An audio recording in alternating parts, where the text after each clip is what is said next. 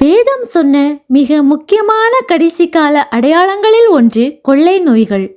மங்கி box என்கிற குரங்கு அம்மை நோய் தற்போது 116 நாடுகளுக்கு பரவிவிட்டது.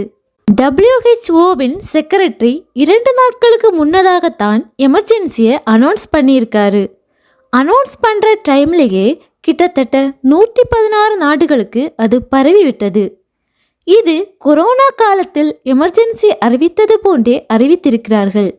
நமது வேதத்தினுடைய கணக்கின்படி யுத்தம், கொள்ளை நோய், இயற்கை பேரழிவு, பஞ்சம் 4ம் ஒன்றாக சேர்ந்து நடக்க வேண்டும்.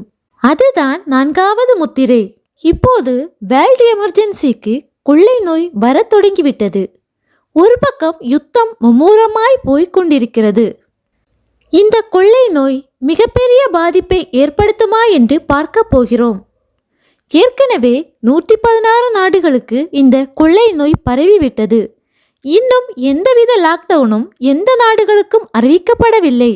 இப்படியே இந்த தொற்று பரவிக்கொண்டிருந்தால் மற்ற நாடுகளுக்கும் இது வேகமாக பரவும்.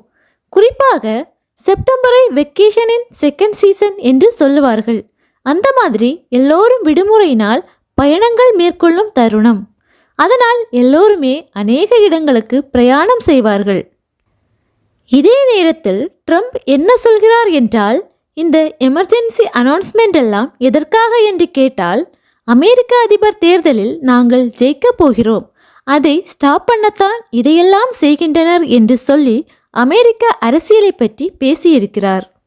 எது எப்படியோ 116 நாடுகளுக்கு கொள்ளை நோய் பரவியிருக்கிறது. இந்த செப்டம்பர் மாதத்தில் மக்கள் அதிகமாக பல இடங்களுக்கு பயணங்கள் மேற்கொள்வார்கள்.